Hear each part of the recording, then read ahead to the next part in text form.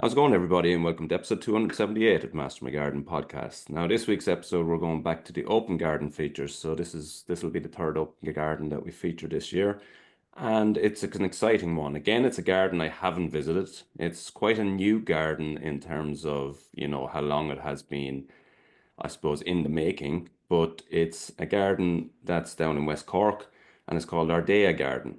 And it has a lot of features that are going to be kind of unusual and I suppose different to previous open gardens that we would have featured. So we have a lot of open gardens. They have, I suppose, many gardens within gardens, but the scale of this garden is quite big. The fact that there's, a lot of different elements to it. So some native, some rainforest, I guess. And yeah, it's going to be an interesting one and certainly different to previous open gardens we would have featured. And so I'm delighted to be joined by Paul and Daniel from Ardea Garden, and they're going to tell us the story of it, and we're going to, hear all about the garden and where people can find it and visit it. So Paul and Daniel, you're very, very welcome to Master My Garden podcast. Thank you. Thank you Thank for you, having Colin. Thanks us. for having us. No problems. So yeah, as I mentioned, it's probably a garden that's going to be slightly different to the other open gardens. A lot of the other open gardens we've featured, they tend to have, the traditional borders and so on. And this garden, from looking at it, has elements of that, but it's also slightly different, and it'll be a garden that'll capture people's imagination. So tell us about it. I know you guys are only there 3 years, so maybe tell us about the sort of origins of it and what you found when you got there on day one. Day one, let's see, it was Halloween 2021, and I flew over from Barcelona for 3 nights, and Flip, who designed the entire place and was the shepherd of the land since about 2000, took me to a summit that he had created, which when you stand on the top of it, you can see all of the Ivra Mountains and both Barrow Ranges, 360. There's the Wild Atlantic in the distance, the full Kenmare River, and of course, we have this incredible view of Les Houdes Harbor, which only a couple others get round here, and that's all surrounded by the Lansdowne Trust rainforest. Ardea was a definite stretch of rainforest, you know, back in yonder year. Yeah. And, when we arrived, it was bracken and briar. And trying to peek out through the shrubs, we could see were thousands of exotic plants that he had imported from rainforests around the world, especially New Zealand, Australia, Tasmania in particular, Chile, um, Japan, Chile, Argentina. Japan. We have so many things that grow only in Tokyo, and Hmm. of course the western coast of the United States. And they were all about, 10 to 20 years old, so very mature specimens. We had Mike, who founded Future Forest. Yeah. He joked that Flip kept him in business for a few years. But also, gardeners and students of gardening, if they come, you get to see shrubs that are normally in Irish hedges and things and around the world that have been untouched for 20 years now, 10, 20 years. They're huge. I mean, things that should be 3 feet normally are 15 feet tall, and they all kind of competed for light. So it was just like a overgrown jungle. Yeah, and we can get into it more, but one of the unique things about our garden is we have some things that are here that were sold years ago in Ireland, and people weren't sure that they were going to take, and they have taken, and they've become very mature and established and blooming, and so people are shocked to see, even the things like bottle brush we have some very unusual colors and varieties of bottle brush that you wouldn't see typically. Yeah. Ornamental roadies, which are popping now, which just are so stunning that, just stuff that you just don't But see. when we first saw it again, October, and then we came back in December, we really didn't know. We knew that Yeah. it was a sacred 11 acres. Like, you start at the top, you get a view of, old Ireland, there's the Ivora, and you can see the tallest peak in, Ireland. It gives good, commercial Americans will love the view. It's perfect. And the stone cottage is a perfect Irish stone cottage. We just renovated every inch. But then you go down 11 acres on this road he carved out. This man literally sculpted 70% of the land like clay. He made 5 drainage ponds down one side of the land into the rainforest with paths that snake around like the infinity sign all the way down, both sides, all planted, all crazy shrubs. There's a Japanese this, there's a Japanese that. Oh, look at that rare tree. Look at that rare pine. Just, I mean, spent so much on just overplanting, quite frankly, Yeah, overplanting. yeah, yeah. And then you get to the middle of we have a belt of rainforest that goes across the land, which is like a different, there's kind of like, people say 11 little areas in the whole, like private parks within the parks. So then you get down to a meadow. There's an entire bamboo forest that you can walk through with paths and kids could have like tea party.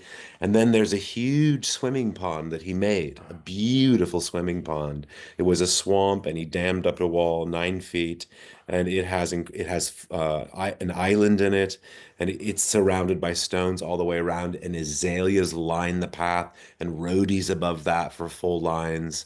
Um, and then there's a kind of Chinese garden, which is all this stonework that he bulldozed in at the very bottom, including the Lehud River. We have a waterfall at the very bottom of the land, Wow. and Stunning. another ornamental pond for just like huge yellow and pink lotuses in bloom all summer. Um, and he really sculpted this. He had this vision for this park, and some of the old stone walls meander through it still. We're uncovering those. I mean, every week, when our head gardener, Brendan Grant, is here and Jacob Hayes, his associate, we all four work on the land like monster Tyrannosaurus Rexes trying to save plants. We find like, oh my God, Christmas, yeah. another stone staircase. Oh, look, a stone circle. Oh, I mean, he did so much, and we're still like archaeologists uncovering it every day. But we've done a brutal cut of the land of everything now, minus like one tiny corner. It's just so much gorse. It's hard to do. Yeah. And this year, really 2 years now of light, we have azaleas, rows of azaleas blooming because they've never had light. Just like, 50 meters of all pink and then all light pink and then white. It's just, It's stunning. It's yeah. stunning. And as you know, right now, we've had this incredible April.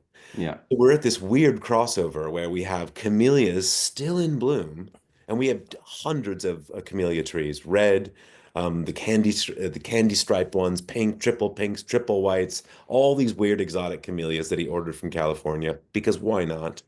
And the azaleas are in full bloom, and the rhodies are popping everywhere. And we have ornamental rhodies, as Paul said, yellow, deep purple, blazing orange, red, lipstick red.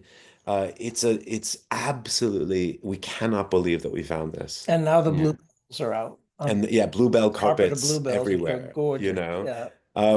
we're so grateful to this man and just the fact that we can share it with people now. And we always said to him when we bought it, we will honor your vision. We will Be open this stewards. to the Yeah. public, Yeah. And we've already had 2 weddings and we're starting to have guests now. And we do a tea room and coffee, but it is about the land. It's such Yeah. an amazing piece of land. And starting like from the summit, as you mentioned, it's the postcard American view from the top of the hill. Um, I suppose that in itself, from in an Irish context, it's probably on one hand, it's going to be a harsh environment, but on the other hand, it's going to be an environment where only the likes, a garden like this in the position that it's in can grow the array of plants that you're talking about. Yeah. Because, for the rest of the country, a lot of what you're talking about is just not possible. You have the benefit of the The rainforest. rainforest, yeah, Living here and on Barra with a transmit-Atlantic breeze kind of ending its massive cycle here. Let's hope that doesn't change. yeah, Global warming terrors. We get a whole different ecosystem, especially in the middle of the land at the top because the rainforest breaks it. The bottom of the land, we get nipped every now yeah. and then. We've lost 4 mature mimosa trees from Myanmar Oh, since we arrived. Moving here as naive Americans, no one could have explained to us what the wind actually yeah, was. Yeah. Like I said to my mom last night, I'm like, Mom, the wind is like lava. It will destroy everything in its path when it's Yeah. really, Salty and winds. this Yeah. year, Yeah. actually the second storm that hit Galway was not as bad for us. The December storm was much worse because in Yeah. December the wind came from one day and then like another day later it came from the exact opposite way and things just got double, and we actually had to prune about 20 huge bushes. I mean, they shouldn't be bushes anyway, but we lost a lot. We lost a lot this year, and and so we're also learning about planting. And you mentioned that there was certain plants that shouldn't be the size they are, but the fact that they've been left overcrowded, overplanted, and they have sort of developed to abnormal type size. Let's talk about some of those. What plants are we talking about? What's Well, I mean, the one of the ones which we have to control is hypericum. I mean, we have hypericum bushes which are like, 1.5 story buildings. What is the cranberry plant? Palma. We're not good on our Latin names. Everyone can now laugh at us. We don't know the names of every single plant yet. We're learning as fast as we can. One of the most exciting ones, of course, was the Wollemi tree. We had a 33-foot Wollemi tree. We think it was the tallest in Ireland, but well, it fell in the storm because it We was lost on that. wet Yeah. soil. What the very common hedge bush in Ireland, forgive me, I don't know the name of it. We have a 27-foot specimen of a hedge bush. hawthorn? No, No. it's not hawthorn. No, it's I'm sorry. How embarrassing. You Begins with a might have to G. edit this section out. It's there. No. Grenoblia. No, I'm getting it wrong. Grenicea. Um, Grasilia. oh, Grasilia? Grisilia. Uh, Gristalinia. Gristalinia. We get Grasilia. there. Yeah. Yeah. And and Gristalinia, and it's what? How tall? Oh, it's gotta be. 27 feet tall. Oh wow. It's insane. Um, And even like some of the giant rhododendron, the rhododendron giganticus, I mean, they're 2 stories high. And one of the other unique features of being on a slope is that oftentimes with the view you're at the tree top, which you don't often get to be in a canopy. Yeah. Just because you're on a hill, you're looking at it from a different perspective. Rather than looking up at the trees, you're often looking down, Yeah. Wow. which is pretty interesting. Yeah, I said it's amazing. And the opportunity now as you sort of clear for underplanting, exactly. deep shade planting, I'm sure is I guess there was underplanting done anyway, but did all that Not survive? there was a lot of along there's a road like an industrial road that he built for like our tractor gets through to so he did a lot. I mean, we have an entire heather hill, but he put heather everywhere. There's heather in bloom here 365 days a year. If there's an exotic heather, we have a patch of it. So there's kind of an under heather on the trail. Every tree is marked by a camellia, but it is true with the kind of out of control hydrangeas. Um, some of the very out of control New Zealand flaxes and some exotic ones that only grow right on the sea. Uh, Hmm. when you finally start to clean them up, yes, we've seen so many calla lilies are coming up that we didn't know, they just haven't got light. Whole patches of astilbe, every color of astilbe you can imagine, from the pink to the red to the white, chocolate astilbe. So there was a lot of border planting done and it's just springing up naturally. This year, I think we must have had about 500 May apples that just Wow. they hadn't had light, and we cleared a brush, and they're like, we are here, we survived. Same with the calla lilies, which is very an exquisite plant, aren't they? Yeah. It's also not unusual when we're clearing that we come upon an area where the plants are still in pots. Yeah, So he basically bedded them in and left them. So oftentimes it's, just kind of figuring out how we get the pot out, or do we just let it go, because they've naturalized in. And that what's happened with the way that it was planted was often areas were planted and then left. So thus the pots. And then the bracken comes in and then the brambles come in and then it just when we came here, most of it was almost like a 3 foot wall of bramble. So once that got cleared, we're finding the ivies come in, the bluebells come up. It's really like this year is probably the first year yeah. that we've actually let Seen the the light garden. and the air, Mm. which was like really necessary to actually see what happens with the canopy. Yeah. Um, And and there's a whole array of surprises then, I that guess, comes with as it, Yeah, yeah. so that kind of undergrowth, that hedge is coming in, and We've also been focusing on, framing. There's we have about 13 different, we have 27 eucalyptus total, but we have about 13, I think, different types. There are all these subtle differences, like the Yeah. camouflage eucalyptus, the paper eucalyptus. And then we have two Cunninghamias. You know the Cunninghamia pine? Yeah. Yeah. They look like Dr. Seuss trees. Stunning, We've yeah. got two of those that just needed love, light, and help to be, seen and shaped. We have about, forgive me, I don't know all the names. We have about three other Japanese pines, which they're one-offs. They're from Dr. Seuss land. And we've had a few gardeners in saying, okay, we need to get way more light to that, take that oak branch down. There's still a lot of emergency pruning. Yesterday, he built a canyon that runs around the back garden just because why not build a 9-foot canyon with stone on both sides and a stone floor, and then an island of ornamental rhodies that we had never even known until this year. We were like, wait a second, that island is in bloom. So, lifting the trees, then you go, oh, there's another baby exotic pine, which hasn't got light. So there's, I think, a few more years of discovery. I mean, the tenacity of plants to survive even in horrific overgrowth is Yeah. amazing. But that's a reason we opened in September, our first day. And I have to say, our friends at Serene Gardens have been very kind and sent us guests because we're a great dialogue, the two of us.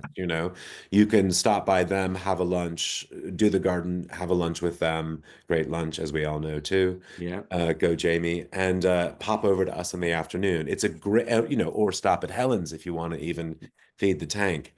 Um, and they've been good to us too. And like Doreen, in certain areas, it's a meadow and then a 30-foot giant rhododendron. It's not so planted like every inch is. It's much more of a wild garden, and you go, oh, I'm suddenly in a rainforest. Oh, now I'm in a bamboo area. Oh, now I'm in this kind of Zen garden. Oh no, now I'm in a swimming pond. It really has like these different languages. People who have looked at it for weddings, they've all had such different choices of what environment, what weird little fantasy scene they want for their wedding. And we think that's the best thing about the garden is you really feel like you're visiting 13 little parks, Yeah. 13 little gardens in a larger park. Yeah, and you have these totally different experiences across them. So if you're in a bamboo forest and a few Yeah, minutes later you're in the azalea walk or the literally, Or under the mother literally. roof, Yeah. Or, yeah. if you need shade, we have a massive cliff that we've cleaned off that goes down an ornamental pond. I call it Pride Rock. You can sit there under a pine tree and just stare at 5,000 dragonflies and fish. We got great little fish. And there's always herons, and we've got some local ducks who have braved the mink. They don't sleep here, but they brave the minks enough. Um, Yeah, incredible wildlife. Speaking of the mink, we have, yes, incredible wildlife. we've been urged to get a night camera, a night vision camera. So we've been putting that out just to see what happens at the strange hours of the night. And we've got footage of badgers and obviously tons of deer come Tons of through, deer. and Mm. badgers and Pine pine martens. martens and incredible birds and ducks and herons and Sometimes our neighbors' cows. yeah. And eagles come by. We have eagles in the adjacent. We've had a visiting pig. Yeah, He enjoyed the greenhouse. yeah. So it's always a surprise what we see. That is interesting that you say that, and it was a question that I was going to come to. So we always hear this debate of native versus non-native in terms of, biodiversity and so on.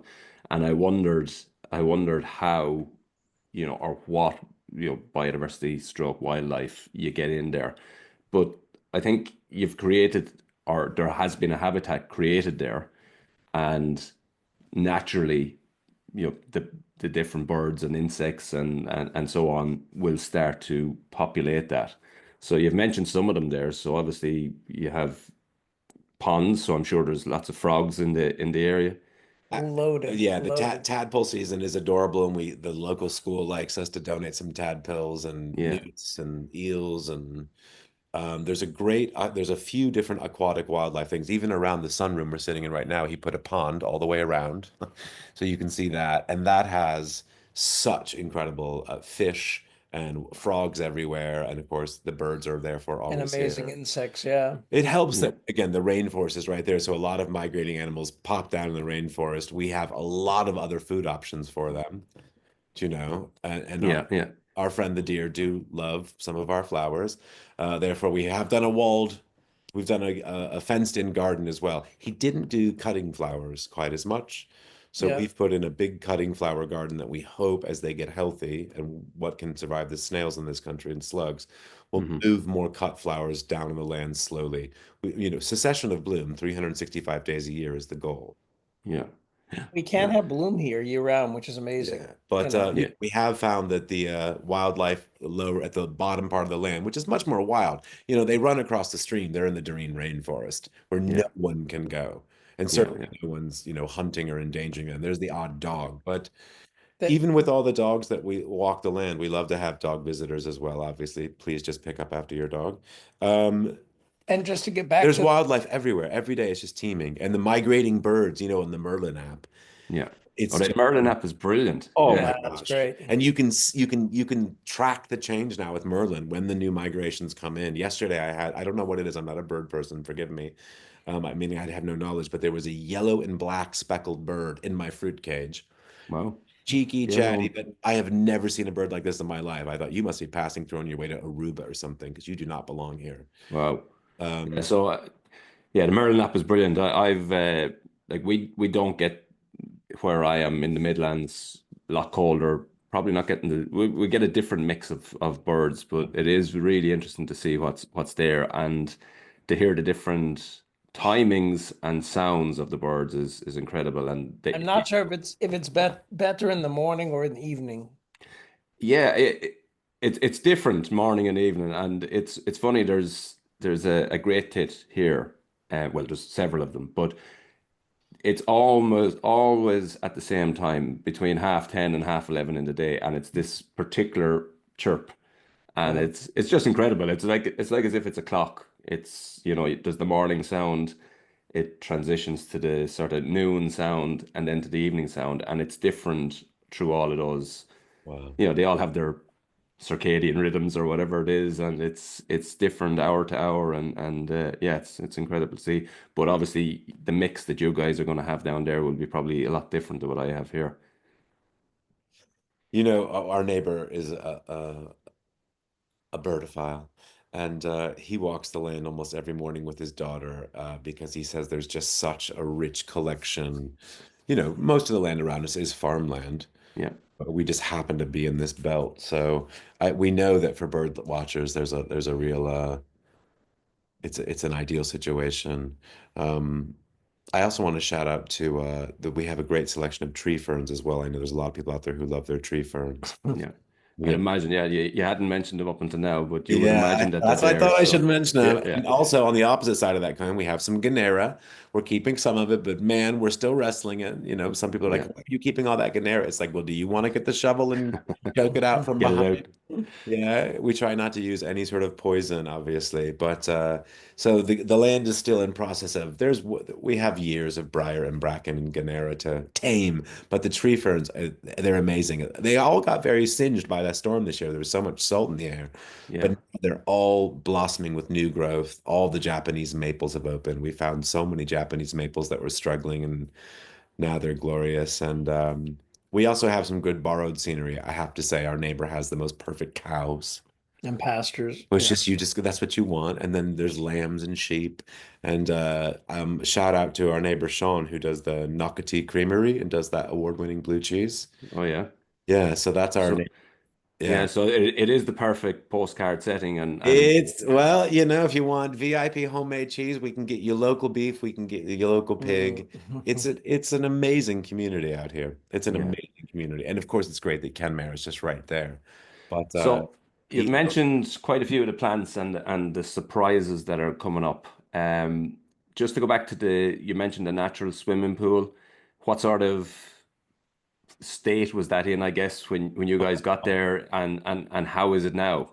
about the carrot grass. Well, we have when we first came in, we were so excited to be able to jump in and not realizing how cold it was.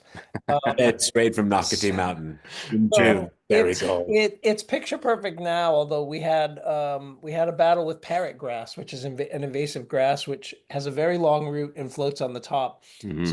we're realizing by the end of the summer the parrot grass has done its job and is trying to choke everything Like out. eat the entire pond. So we had a massive work day with friends and basically used flotations and surfboards and paddles and went out and collected as much as we could with rakes and have composted it successfully. And we found that over winter, it sort of licked the problem at all. Everything that was loosened came to the side and it has been taken out. And that the pond right now is Oh, it's absolutely black glass. beautiful. It's black glass. You can Absolutely see beautiful. all of the azalea blooms, it all reflected around it, you know. Wow. But let's also have this discussion again in August because paragraphs is tenacious. Yeah. And Yeah. let's see if we've truly beat it to the level we think we've beat it, or if it's a secret monster waiting to rear its ugly head again, sort of like the American government. Sorry, but just It's going to peep up anyway. It's going to Yeah. have a go at coming Yeah. back, but still you And probably we've have got, it. in that swim pond, we've also got he's put an amazing patch of lotus flowers, which are gorgeous yellow lotus. They're just blooming now.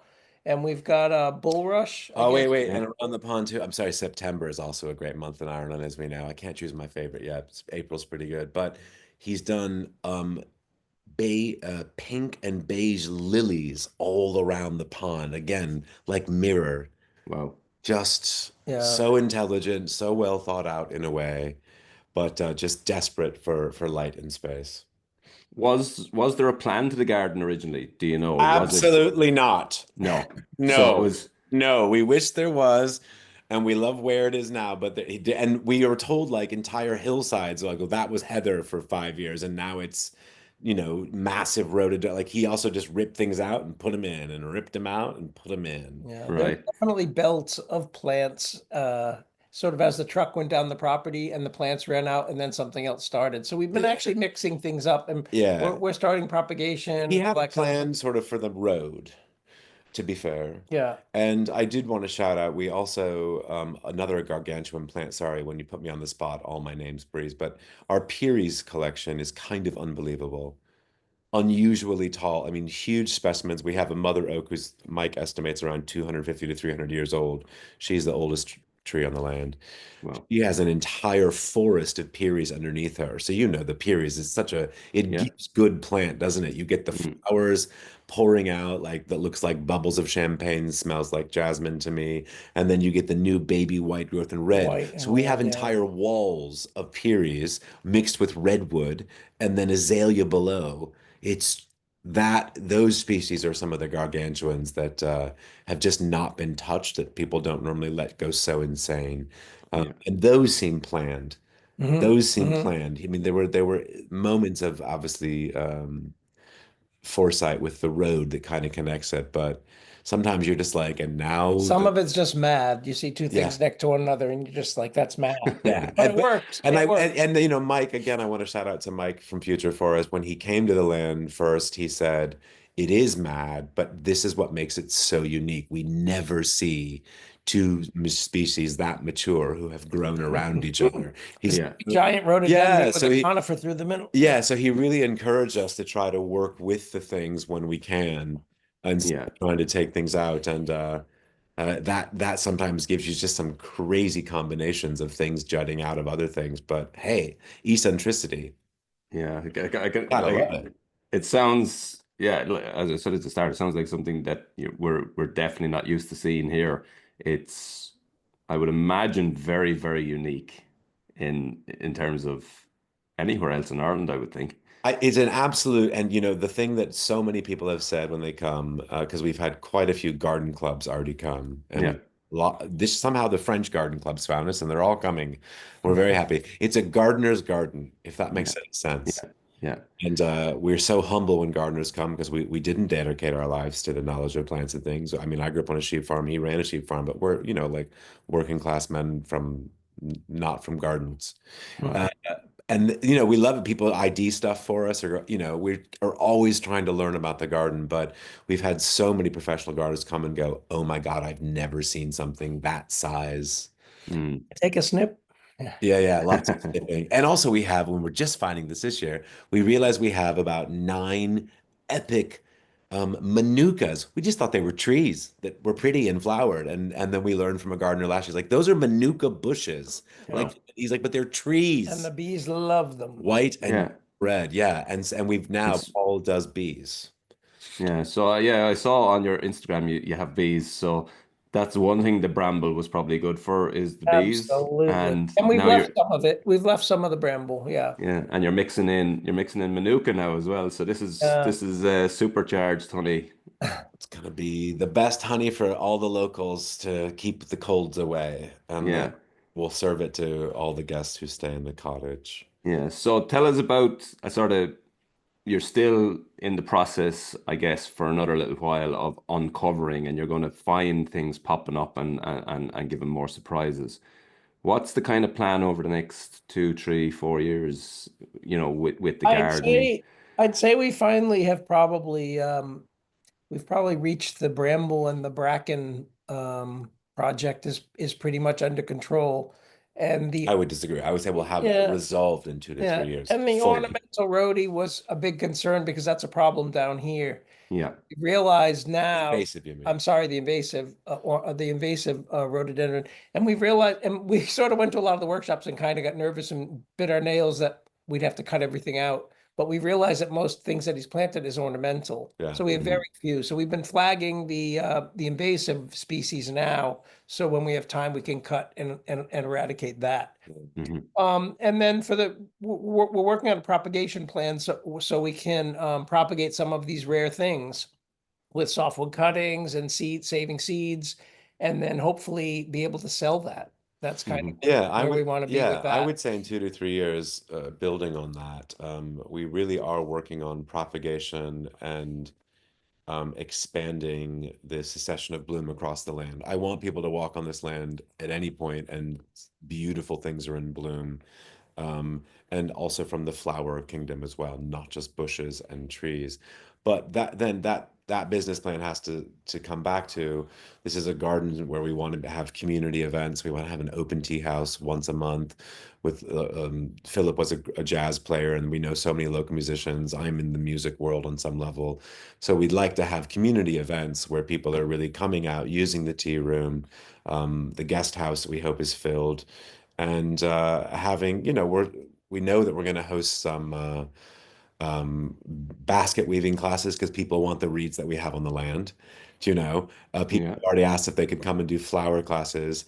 So we're looking at how we have planning permission for a kind of barn garage. We'll have an extra community space where people can be, and hopefully we'll be doing unforgettable weddings by an opera director, with flowers and unforgettable stays for people who really, we prefer people come really for, 3 or 4 nights is what we'd like, minimum, Mm. because also Tusist is a divine base for all of the Iveragh and Beara Peninsula. And as Mm. you know, as an Irishman, anything down here is an hour drive. Yeah. So to go over to Kell's Garden over in the tip of the Iveragh, that's a day trip from here. Waterville, Skellig, Yeah. Derrydanes, Sneem, Gap of Dunlow, Yeah. Killarney National Park, our perfect little designer village, Kenmare, and then even going down to Glengarriff Gardens or Bantry House, everything's an hour, Yeah. So we Yeah. hope people will see it as a base where they can really settle down, but you don't have to also go far. We've had a few people come and just stay here for a week and just walk the garden every single day. Also, at the end of our road, it's a little cul-de-sac. There's a Cusheen, an awesome little Cusheen beach. I shouldn't give that secret away. The locals will be upset. But it gives good. You can walk along the harbor as well at the bottom. So it's not the only place to walk out here. Mm. There's some really special landscapes. And again, Doreen is right close to us. So hopefully in 3 years, we'll have the garden in a place where, again, the bracken and briar are totally under control, if that's Yeah. humanly possible to say those words out loud, and the paths are all cleared and all safe. We want to do we re-cement some old stone cases, relay some old stone cases. I do have to say one funny thing is he wanted the property to immediately look ancient. So all the staircases he laid, which were many, he laid kind of like ancient rotting stone staircases on Skellig Island. But the problem for modern guests is going up and down them is a Gravity. death trap. Even though they look romantic, So we're gonna have to get John and the bulldozer in at some point and redo some amazing stairs. Were very useful places, but with a little bit more health and safety in mind over aesthetics. So Yeah. and that is, you can imagine we need to repave the entire road, not repave, but turn it, Yes. Yeah. surface it. Mm. It's also about cash and time and energy. Yeah. And we're not retired millionaires. But we work really hard on the land when we can. There's also the thing called rain. So, And no shortage of it.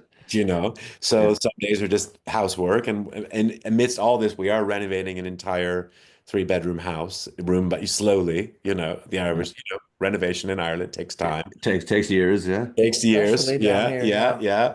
But I really hope in 3 years we can look back and go, we've done it. It's open to the public. Other people are coming to enjoy it, especially in the summers. The rooms for rent year round. What's great is with the cessation of bloom that he already has, one of the best months is December and January because the camellias explode, and there's camellia paths Yeah. of just camellias that you walk on, or it looks like all red hearts above your head, like Alice in Wonderland. I mean, Mm. when kids come, they're just like, I mean, it's like, where are the hobbits? Where are the elves? Yeah. Um, And Where you mentioned weddings and the aim down the line to get 2 and 3 day events. Have you held weddings already? yeah, we've had a wedding. One couple wanted to get married. We have an old stone bench at the bend in the river with Lovely. all rainforest behind you. Yeah. And one couple got married there, and then another couple wanted to get married at the top of the land, the summit, this lookout. There's this huge, he had all these massive stones brought in, like Japanese, sticking up like plinths and lying down like huge stone beds. So another couple got married up there, where again, you kind of do 360, and there's all of the Ivora, back of Killarney they had a into, druid yeah, wedding, they which had a was druid amazing. wedding. Wow. Yeah. And And, yeah, go ahead.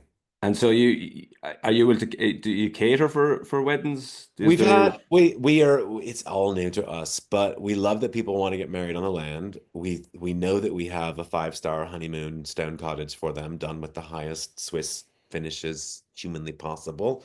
We loved interior design as well. A Mhm. little bit of New York comes to the old Irish stone cottage. Yeah. We're very proud of that. We think it's a really great intimate space where people can stay if they want to get married. But one of the couples stayed here when they got married. Another couple was staying in town and got married here. We can't sleep the wedding party, but that's great. They can rent the lake house down the road. It sleeps 27. Brilliant. But it's great on the land, and we have this sunroom, which we've redone completely, which is 50% glass with a beautiful vaulted ceiling, full of banana trees and plants that are always in flower.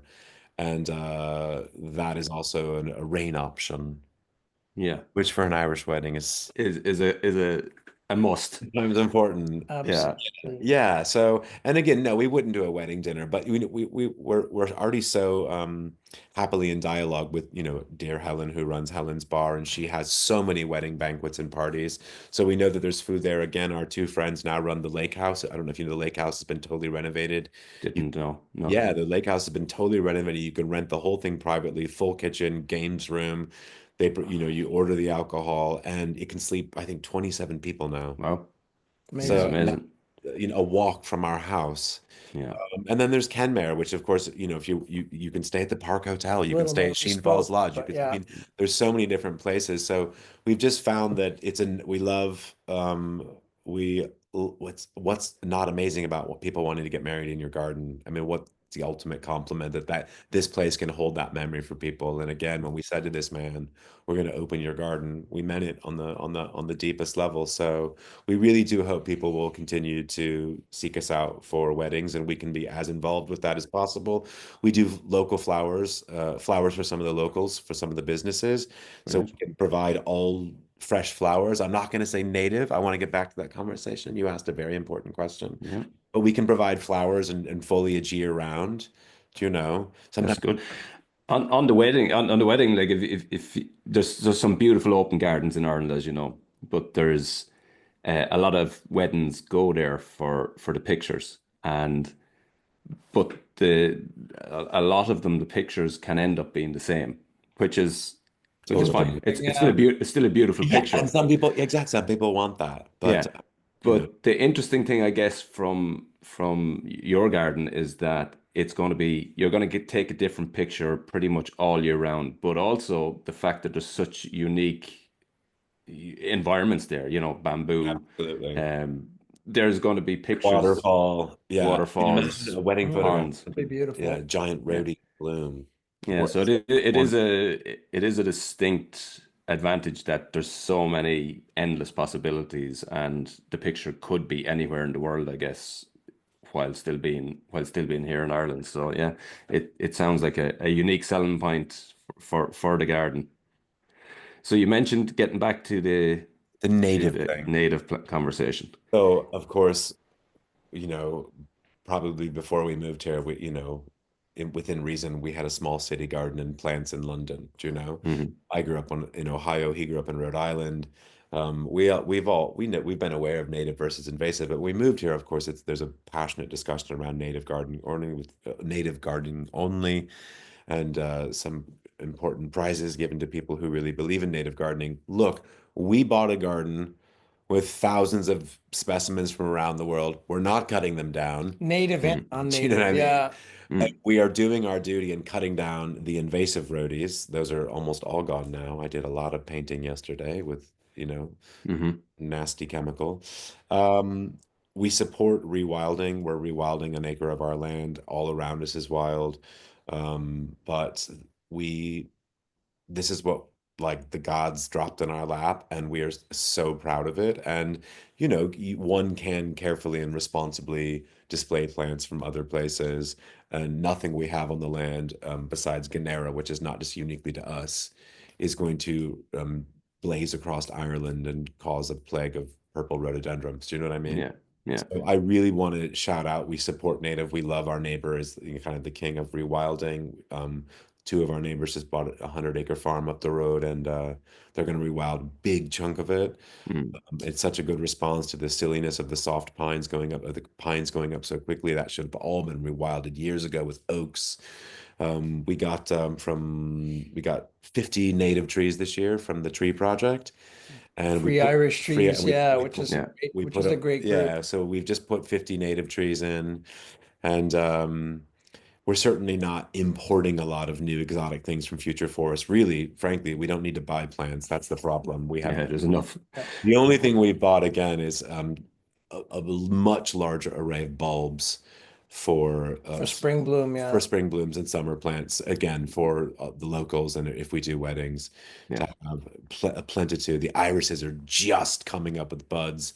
And Big, dahlias and peony we've been yeah. putting Oh, in by, Yeah. first year for the bedfuls. Yeah. peonies. Oh my Lord, they're amazing right now. The peonies are exploding. Yeah, I'd imagine peony. Yeah, sure. You're gonna add, yeah, serious color and a Yeah. different type of color, I guess, with That's the it. And that goes bulbs. back to your 3-year plan. I hope that in 3 years, we've got a lot more summer color at the bottom of the land, just everywhere. I mean, just turn the corner and there's a huge patch of lupine. Do you Yeah, know? yeah, yeah. It's not And simple little things. yeah, just to close off on the discussion on native, it's I always find the discussion interesting because in your scenario, as you said, you're landed in here. You're not going to go cutting out everything. But I always find that the debate is too polarized. It's either one or the other. And I think the truth, like most things, the truth is somewhere in the middle. And that's why I asked the question earlier in relation to nature and biodiversity, what was appearing, because I think that kind of gives you a good indication of if the ecosystem that is your garden is working or not. And I, it I, sounds like it certainly is. I totally agree with you. I feel like we provide home and space to probably way more animals than all the fields around us. Mm, You know what yeah, I mean? And the rainforest is there. They know they're safe here. And there's so many places for them to be safe here. And especially when we saw the pine marten twice, hmm, one at the top and one at the bottom. I think that's one of our rarest creatures, isn't it? yeah, If pine martens are saying hi to you when you walk out the door at night, that it's healthy habitat, I would argue. And yeah. No, it sounds that way for sure. It sounds that way for sure. And we have had a few surprise mornings when we wake up and there's a pig face somewhere along the trail. So the foxes are obviously well as well. I think also to get back onto the native species, topic. I think when we first came, I think you'll agree that when we first came, we were very excited about what we had purchased here with all the imported stuff and the non-native stuff. And then we started being hardcore reading about this movement to bring things back to the old Irish traditional native.